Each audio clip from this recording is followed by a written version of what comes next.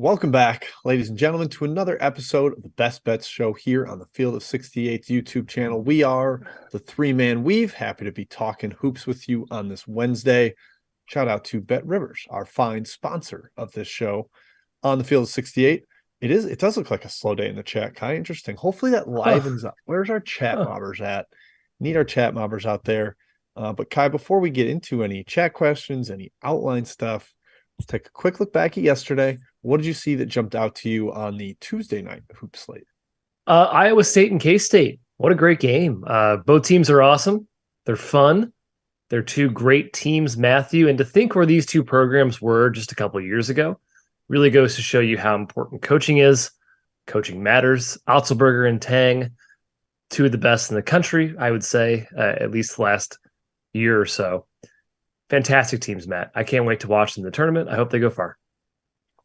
I agree. Rutgers is my takeaway. Like, just a really, really stinking good team. And Steve Pikiell, I think we saw how dominant they were in the non-conference, and maybe we're a little skeptical that they would sustain that as they stepped up. They also had some, a couple of head-scratching results there at home, but now they just look awesome. And like, I just think they're a great matchup against most of those Big Ten teams. Like, they can kind of match up with some of the more positionless teams like Penn State and Maryland, but they also can dominate you up front and stand tall against the traditional look teams like Purdue and Indiana of sorts. So I just like that Rutgers squad, Jimbo.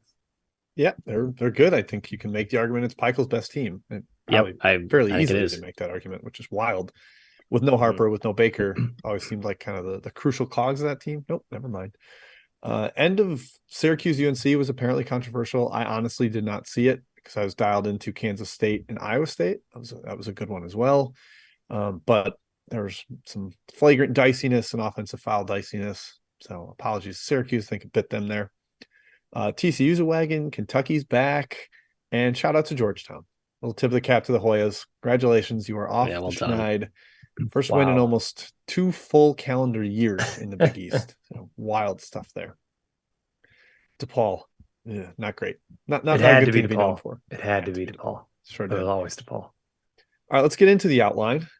We're talking American to start off. A rare dip into the American here, but it is a big-time showdown. Matthias, Houston coming off a loss for only the second time this year.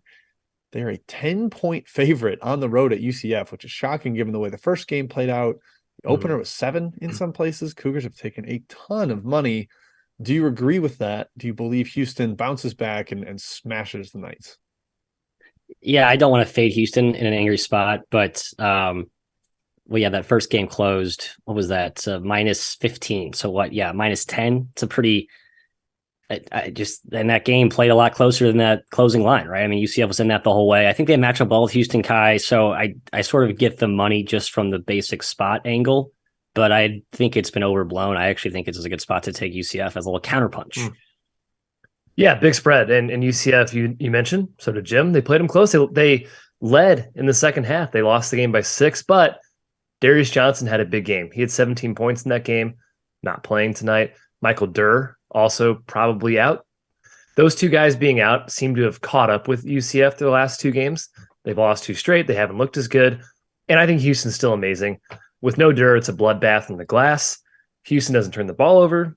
They usually hit threes, not against Temple, but they usually hit threes. And their defense is still unreal. They're going to force UCF to make shots. UCF's been struggling to do that lately. Though the number, I think, Jim, favors UCF here. The spot with angry Houston, I kind of lean towards the Cougs. Yeah, I still have Houston rated in the clouds. I believe they are fantastic number 1 team in the country still. Big time stumble. Tough to lose as a 19-point home favorite. That's not great. But my number still actually leans a little bit towards Houston here, given the knock that I gave for Darius Johnson and Durr. And I'm not a total buyer in UCF. I think early they were benefiting from really poor opponent shooting. That's also come back to bite them a little bit here. UCF and Tulane putting up big point totals on them. Maybe there was USF was put up big points. Maybe there's some look ahead for UCF in that loss to South Florida. Like, all right, we want to get that revenge against Houston. And unfortunately they took a loss in the process, but I got to stay away because number, I think, conflicts with the spot for me here. Next up, we go out west. We're staying out of the power conferences to start here, guys. I went eccentric with the outline. San Diego State hosting Utah State. Kai, more injury caveats to be made here about this line, but San Diego State has been bet up a little bit. I've seen -7 at BetRivers right now. I actually am considering the under possibly, but do you have a take on the side here, the Aggies visiting San Diego State? Yeah, these two teams tend to beat each other up at home. Last year, San Diego State won by 19 at the AHAS Center, and Utah State returned the favor, beat them by 18 at the Spectrum Center.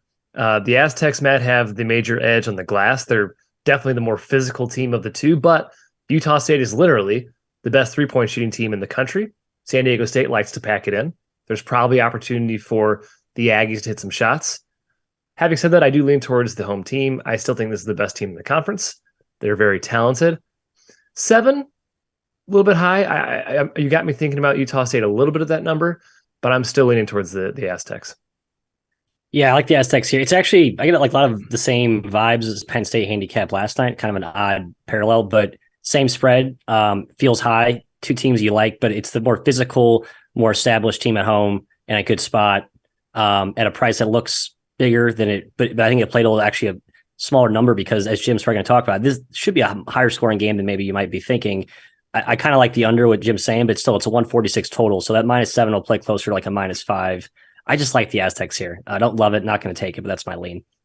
Yeah, I lean Aztecs as well. No Rylan Jones out there to help create some of those 3-pointers that Utah State is so good at. And I think, Matt, that's what Penn State ran into last night is against the length and the athleticism that Rutgers had.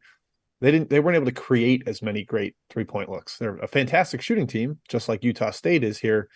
But I'm hesitant to believe they're going to create a whole bunch of awesome looks. Utah State can fly around. Their bigs are mobile enough to close out on the perimeter against Funk and some of the spacing bigs that Utah State has. And I don't know. Like Kai said, the home team has been very, very strong in this matchup in recent history. So I'll tend to lean towards that. And just given the tempo that San Diego State has played at in league play, I'm leaning towards the under. They played a lot slower than non-conference, and I think that matters. All right, next up, Xavier at UConn. UConn, man, they have really struggled of late. Maybe they righted the ship after blowing up Butler. I don't know. I'm skeptical of that. Note, Matthew, this game is at Gamble Pavilion, not at the XL Center in Hartford, so maybe even a slightly better home court advantage. I'm curious to see how that plays out for him. But UConn -6.5 at home against Xavier, who has maybe been the better team over the last 3 to 4 weeks. What do you think? Yeah, I mean, Xavier looked a little vulnerable last week, but still, I think they're all the way legit. Just kind of a tough spot there at DePaul, and I'll excuse them. The one thing with Xavier, I just don't trust their perimeter defense. It's like when you watch them, that always stands out to me. Like you would think they have strong perimeter defense with their personnel, but they haven't stopped dribble drive much at all this season. UConn's not exactly, a team that kills you off the drive. I mean, they are athletic, and that's where they beat you at the rim, but more going over the top, second chance off the glass, playing through their bigs. And Xavier's got enough, girth up front, let's say, to at least, compete there. I think the number is sharp, Kai. So no play for me. I think the home court is notable from Jim, though. I think that's a slightly less, probably a slightly lower home value I would probably give there than their standard arena. No, this is the on-campus arena. This is not the XL. Sorry. Okay, yeah, I think that bad. It's a point in UConn's favor. Yep, good point.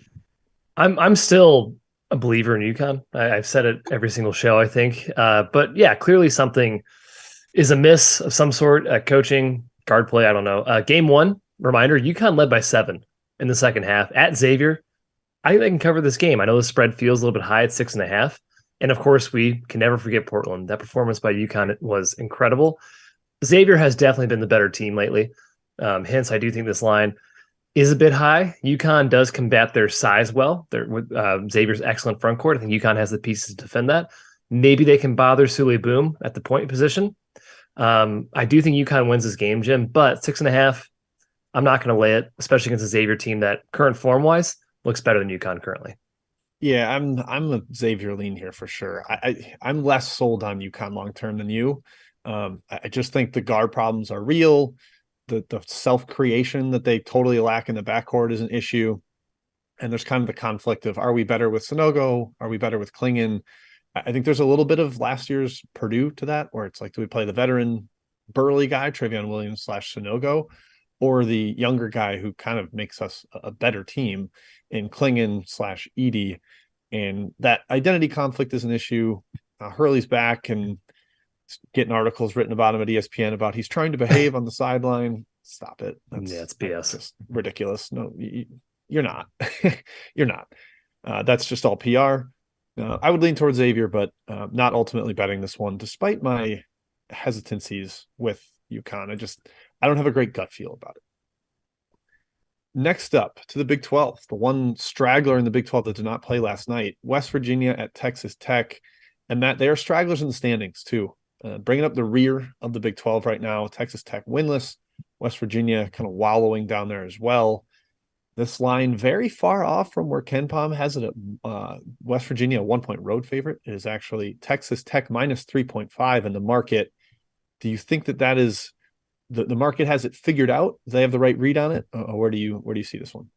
Yeah, I'm sorry. I'm going to disagree with my colleague on this one. I think the market has it wrong. I think KenPom, my data king, has this one correct. Just not a Texas Tech guy. I've been beating that drum the last couple of weeks.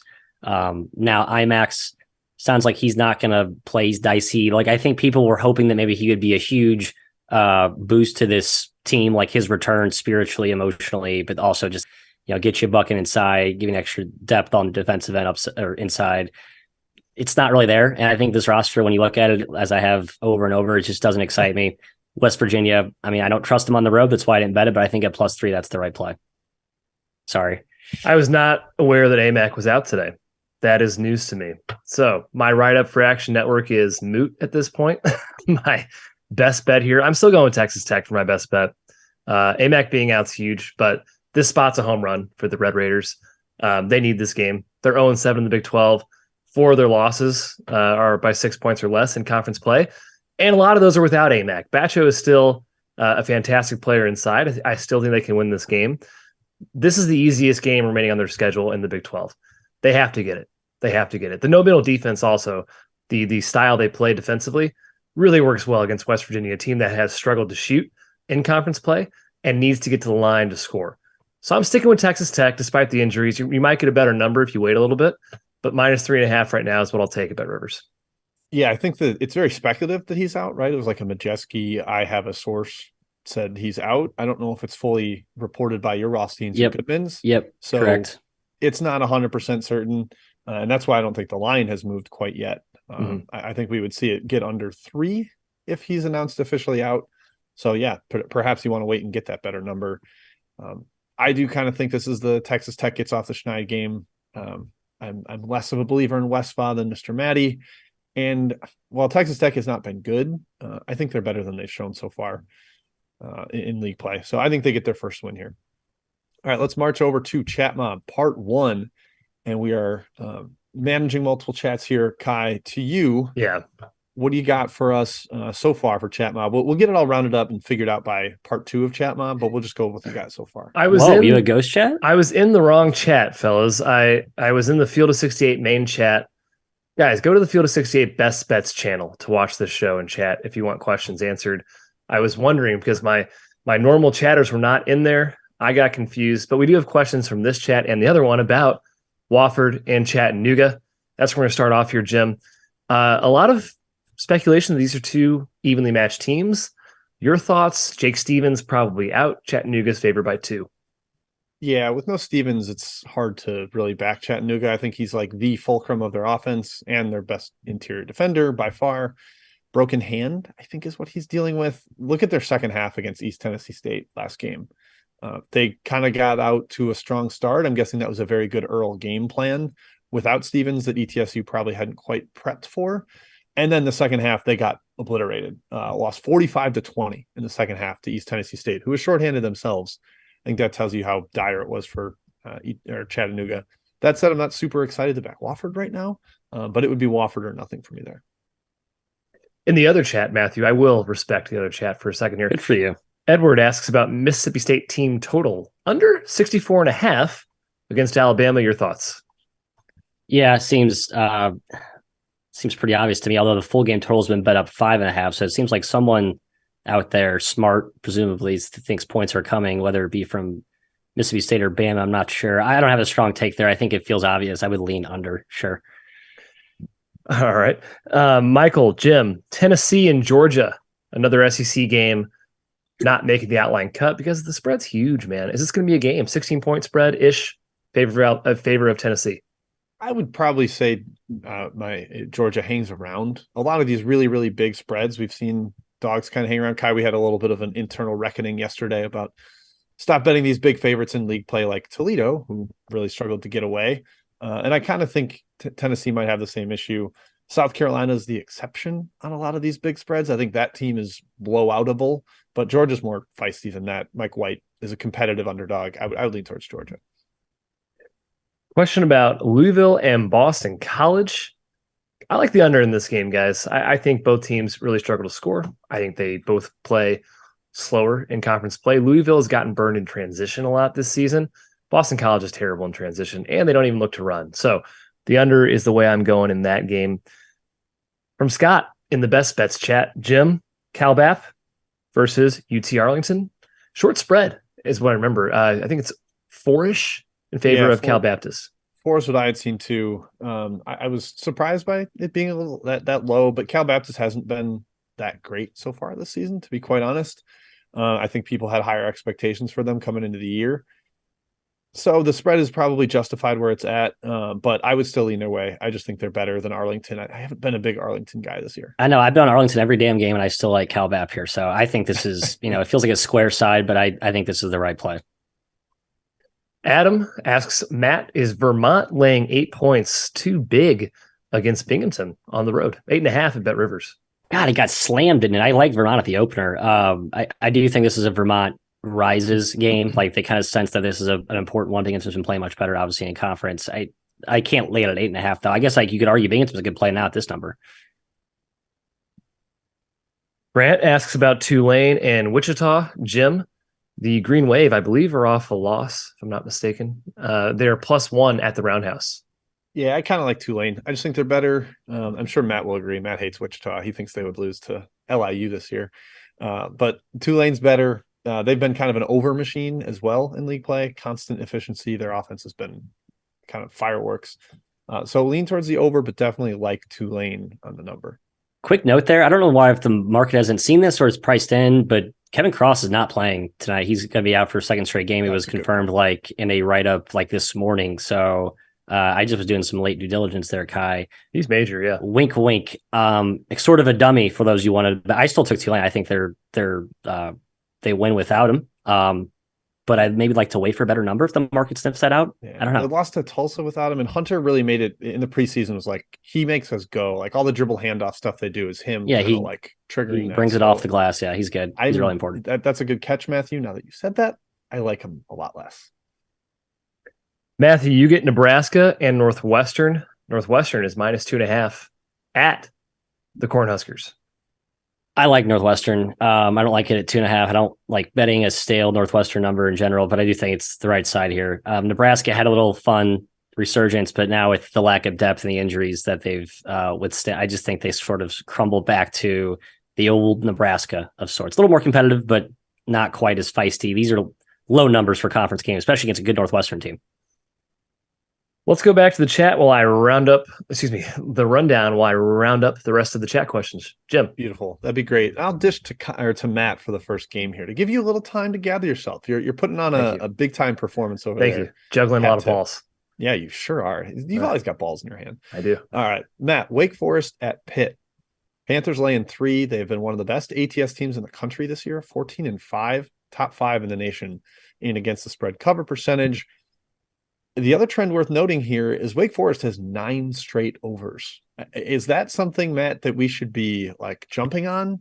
Wake Forest is scoring crazy efficiently. We should be on every single over, or is that a little bit of a mirage and something you're not totally buying in on yet?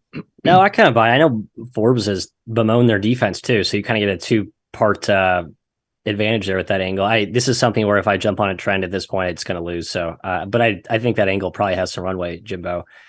I like Wake Forest on the side, Kai, +3. Even against the Pitt team that I like Wake Forest just as much. And Not sure. I just think they're the better team. So this line implies they're equals. I don't see it that way. I like Wake. Spot's not terrible. So I like the Deeks. Yeah, kind of a pivotal game for both teams, both 6-3 in the ACC, hunting quality wins, both teams off a loss. I will say coaching edge massively favors Wake Forest. I know Capel's been covering this season, but Steve Forbes, way better coach than Jeff Capel. We can all safely say. Pitt's been able to find success this year behind Blake Hinson and Jamarius Burton. They've been stellar this year. Wake's defense is certainly lacking. I think the Panthers can score, but Wake's offense has been solid. They take care of the ball. They can shoot lights out. Pitt's defense decent, but I think Wake can pick its spots, find its spots. I kind of agree the line's where it should be, to be honest. I do think these teams are pretty much equal, especially the way they've been playing this season. I would like to think Wake is better. That's not what we've seen so far in play. So I'm staying fully away. I agree with your Wake lean, Matt, in principle. Yeah, I'm a stubborn Wake is better guy as well, despite how well Pitt has been playing. Matt, I did see our guy Russ was going back and forth with some Duke fans who were like, "Can't believe Shire's our coach. Wish they had hired Capel." And I was like, Shire's awful. Shire's gotten to that point where people are Shire's terrible. Capel? It's horrible. Yeah, it's bad. Gosh, it's tough. Maybe probably my worst take of the offseason for sure. I was just very surprised to see that like it had turned to all right. We need Capel. We need Dawkins. We need Amick. That's a consensus opinion, I think, in the Duke realm for sure. Yeah. It's a 1 year sample. I don't think anyone would have been saying that if Pitt was having the year it had last year. All that said, I do kind of lean towards the over. I think Pitt's been a pretty solid over team without Hughley. Just a lot more playmaking out there, not as bogged down to a big man that they have to play through. And Wake trends towards over big time lately.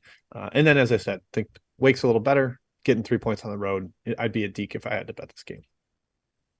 Next up, one I think we all tend to agree on, at least from a gut sense. Curious how we feel about the number here. Kai, I'll go to you first. Auburn hosting Texas A&M. Auburn a 4-point home favorite in the jungle. My gut just said, man, A&M's trending up. I don't really trust this Auburn team. I'm sure Matt's going to make a lot of points about how he doesn't trust them either. How do you feel about where this number's at and just your gut sense on this game? It's come down pretty far, man. Sorry. I'm going to Kai first here. Kicking to me. Go. Yeah, you have it. My fault. Take that. Get in your locker. Anxious. Yeah, it's come down a lot, man. 4. That is getting to the point where I think it's kind of low. I loved it at 6. Wasn't there long. 5.5. Wasn't there long. 5 even. Auburn's been pretty immortal at home this season. 4-6 against the spread. I think A&M has plenty of size, plenty of athleticism to compete. Can win the battle inside, get to the foul line. Auburn loves to foul a lot, Matthew. Also, I've said this a few times elsewhere. Texas A&M, number 4 in the country, in Bart Torvik since January 1st. Buzz has them firing on all cylinders. That's about a 6-game sample size.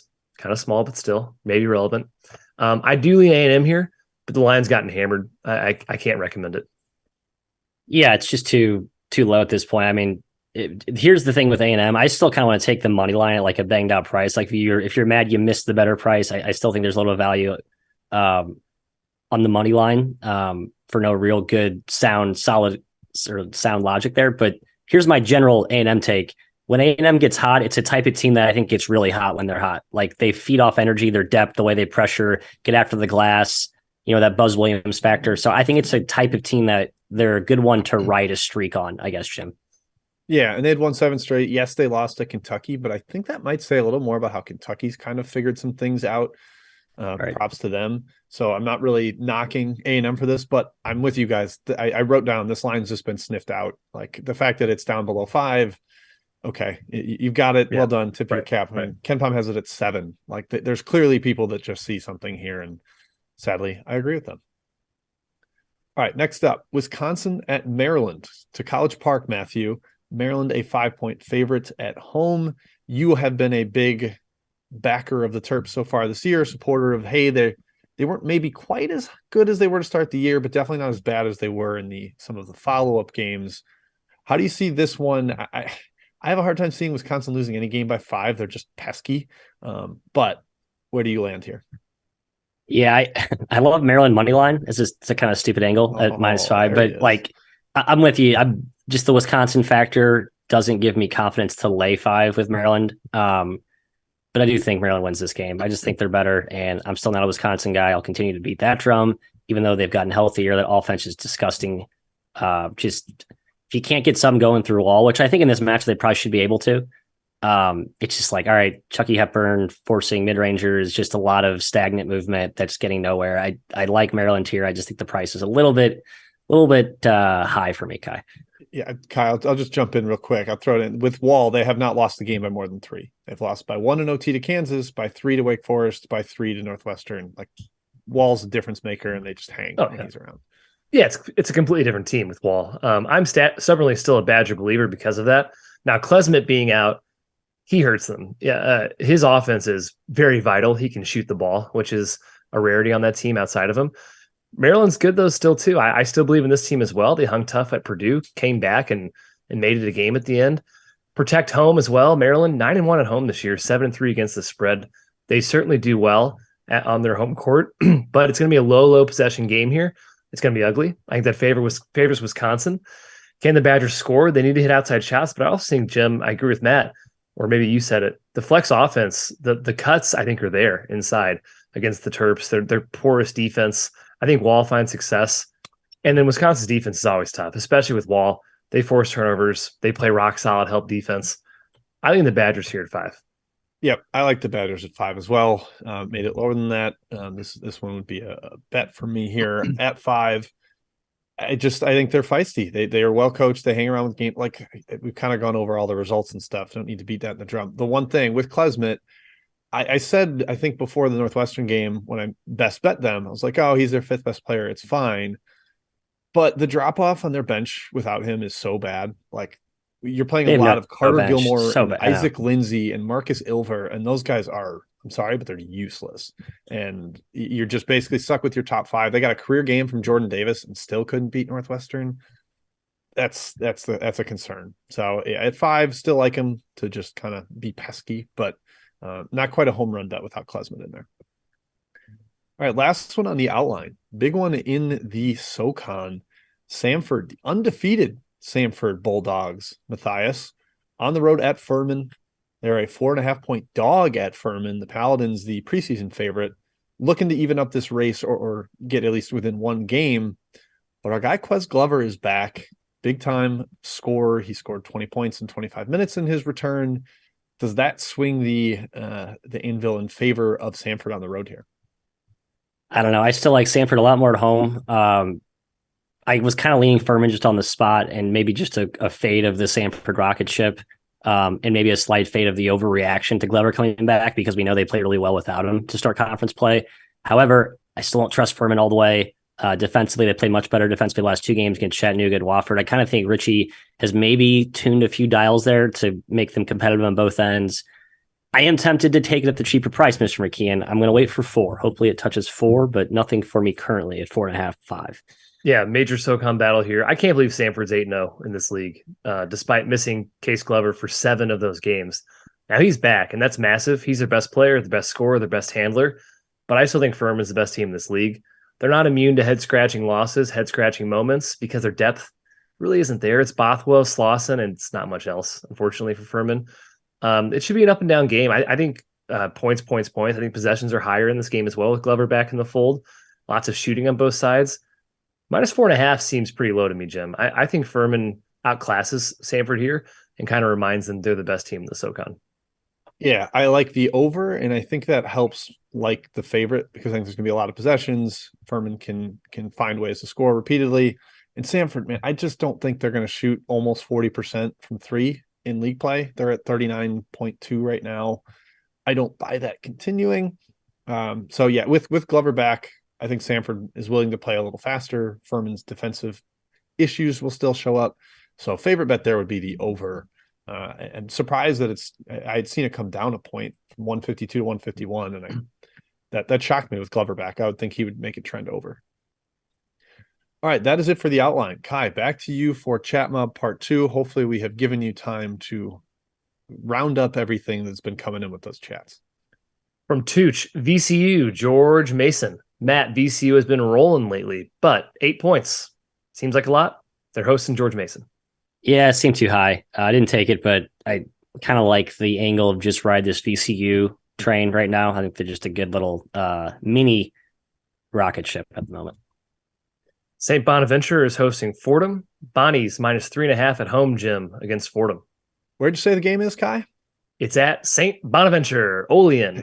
Take St. Bonaventure. That's been pretty much the story of their season. Bet them at home, fade them on the road. You are 15-2 against the spread if all you did was bet on St. Bonnie's at home and fade them on the road. Also, they're 10-0 against Fordham in the last 10 games. They kind of dominate Fordham. Fordham hasn't beaten St. Bonaventure since 2013, in fact. Nearly a decade. A lot of stats there. You're welcome. Next one from Metric Panda. St. Joe's, George Washington. We're staying in the A10, Matthew. I got Joe's as a 4-point dog on the road at BetRivers. Almost took George Washington first half as my best bet on this program. So I like the Colonials coming off a huge win against Dayton. So yeah, you could argue it's a letdown spot the little sleepy spot here. I don't see it that way. I just think they're better than St. Joe's. They're playing really well. St. Joe's is playing better. I got to give them credit there, but they're playing a little better. But G-Dub is as if not more talented and better coached. So I like the Colonials. Yeah, GW's resurgence is like a new coach. I get it. Billy Lang, St. Joe's, I don't buy that it's going to be sustainable. Jim, you get Butler and Providence. 10-point spread in a Big East matchup. Butler's gotten crushed by better teams. Do they get crushed once again? Holding my nose and taking Butler here, guys, because man, they've been abysmal. But Providence is a big favorite. Isn't something that I'm super optimistic about. I think they kind of like landed on the number against DePaul over the weekend. It was like opened 11, maybe closed 9.5, and they pushed the opener.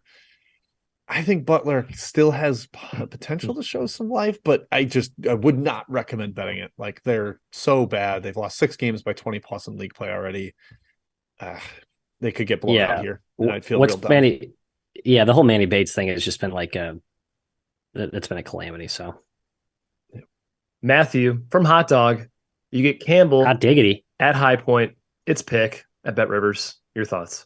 Yeah, I mean, how much lower can High Point go? I think this is I'm not going to take him today as a buy low. I actually like the Camels. I think basically a pick in a Carolina-based matchup, not a lot of home. I think the Camels' execution outperforms the High Point athletes. Matt, keep the mic because you're going to talk Hoosiers, Gophers, Indiana -9.5 at the Barn. Are my Hoosiers back? I don't know. Maybe. Back. I'm not betting them tonight. I think it's a tricky spot against a feisty Minnesota team. Although you look at Minnesota's home road splits, guys, they have been bad at home. I made this point on my Bet US show earlier. It's almost like Minnesota is better when they're unsuspecting on the road as a sleepy dog catching a sleepy home spot, but like they've been really bad at home. It doesn't really make sense to me. Dawson Garcia, I believe, is out for this game. He does matter, but still. I kind of like Indiana, man. Minnesota, like, good effort against Michigan because Jet Howard went out. Good effort against Ohio State, but Zed Key was like kind of coming back from being banged up, didn't start that game. Wisconsin was wall-based as well, actually. Yeah, you could really put a dent in all of the Minnesota games recently. No Carrington also, I think, for them to go with no Garcia. Yeah. Jim, Big South from Dre, UNC Asheville against Presbyterian. Asheville is -9. They are tied for first place in that conference. Yeah, I think Presbyterian's been pretty awful without Winston Hill. He seems like he might be done for the year. Nothing officially reported on that, but we haven't seen him in quite a while. I was tempted to take the over, but Asheville is playing slower in league play than I expected. I thought they'd get up and down, and Presbyterian drags games into the mud, which gives them a chance to hang around. So I didn't end up betting side or total on that. Matthew, Maine is hosting UMass Lowell, the current first place, team in the America East. Lowell is -7 on the road. Your thoughts? Yeah, they took a lot of money. I kind of like that, but I'm not going to bet Lowell at a bad price against Maine at home. Maine at home always scares me. You feel like it's always it could be worth a 10-point home at any certain part of the year. I don't mess with that. UMBC is on the road to NJIT. I lean UMBC. Not a whole lot of feel there. They're just a lot better. Who knows? America East has been weird this year. Jim from Paris, Bradley and Illinois State. Bradley back at home. Usually do pretty well there. 15-point spread. Seems pretty big, though.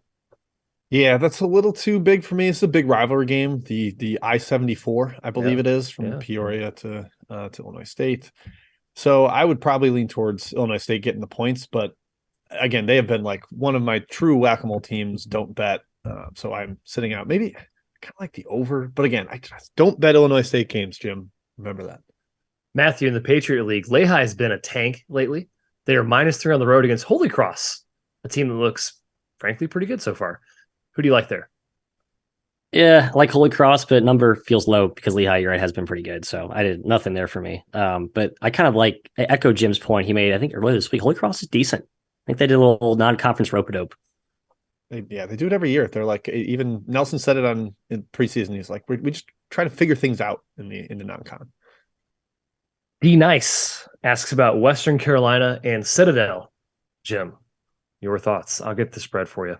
It's like 6.5, 7, of course, now at BetRivers. I don't like trying to figure out Western Carolina. They're tough. They've been playing a lot slower in league play. This would be an under for me, Kai, if I had to bet anything in this game, not taking a side. Matthew from Metric Panda, his first question is the Archie Miller return. Well, I guess he's hosting Dayton. Archie Miller, the new coach of Rhode Island, is hosting Dayton, his old team. They are 9-point dogs at home and a pretty good home court, in my opinion, in Rhode Island. Your thoughts?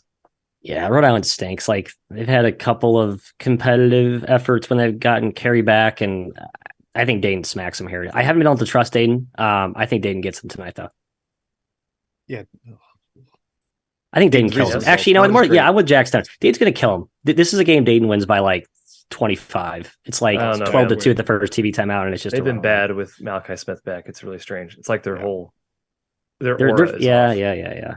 Jim, ETSU and Mercer, 5-point spread. Mercer's favored by 5 in this game. Yeah, Mercer shouldn't be 5-point favorites over anybody. I know ETSU's got some injuries, but they just beat Chattanooga without Stevens. I get, but they just beat Chattanooga by 16. I think there's some talent on that roster. Tippler out is harmful. That's a big time shooter that you're missing there. But with Jancic, they've been a lot better on the court. When he plays, they have been a lot better, and he's been in lately. So I would lean towards ETSU. Mercer, I don't know. They're kind of, they can give up a 15-point run in any moment. Yeah. Richmond and UMass from Steven here. All I got to say is, Frank Martin, stay off social media. Quit it. Just quit it. He called his players children the other day. They can't handle the criticism. I bet he calls them men in practice. That's two-faced from Frank Martin. I don't like it. Quit addressing fans like that. I can't stand it. UMass +1. He's terrible. He's not good either. He's awful. I mean, careful. He's going to go after you.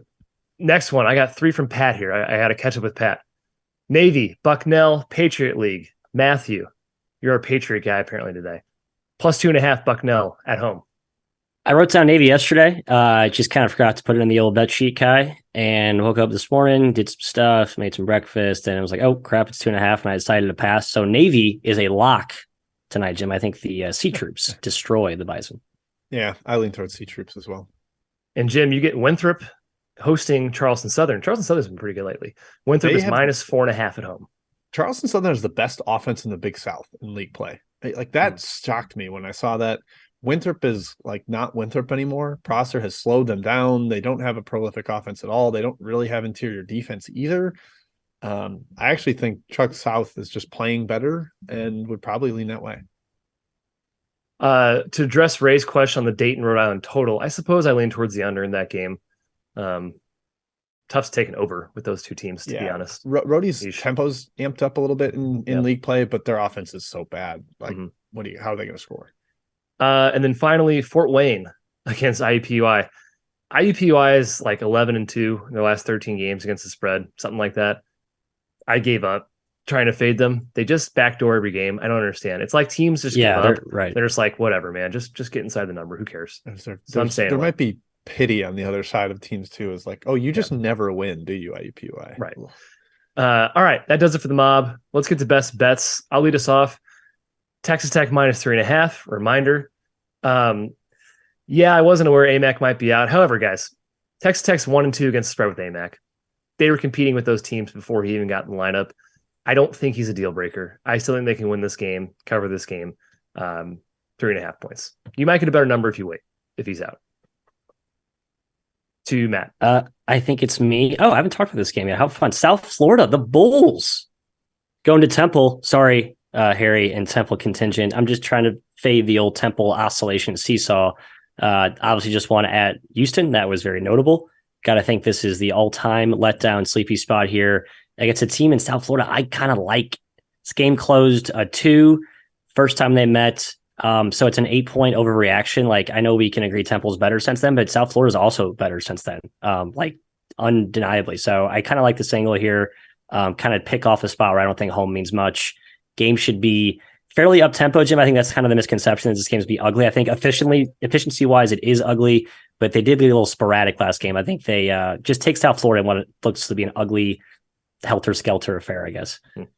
Yeah, South Florida actually being able to score is shocking. And it just feels like Temple is like the team most prone to situational get hype or let down type stuff. And there you go. You've got it after the Houston win.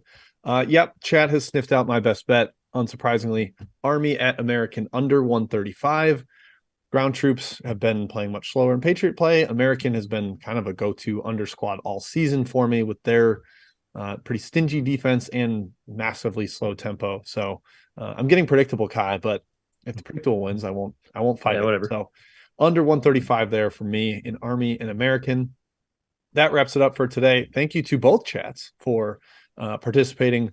In the future, we will be taking probably all questions from the best bets chat. We'll make sure to get that link tweeted out before the show so that you're in the right chat and asking the questions in the right place.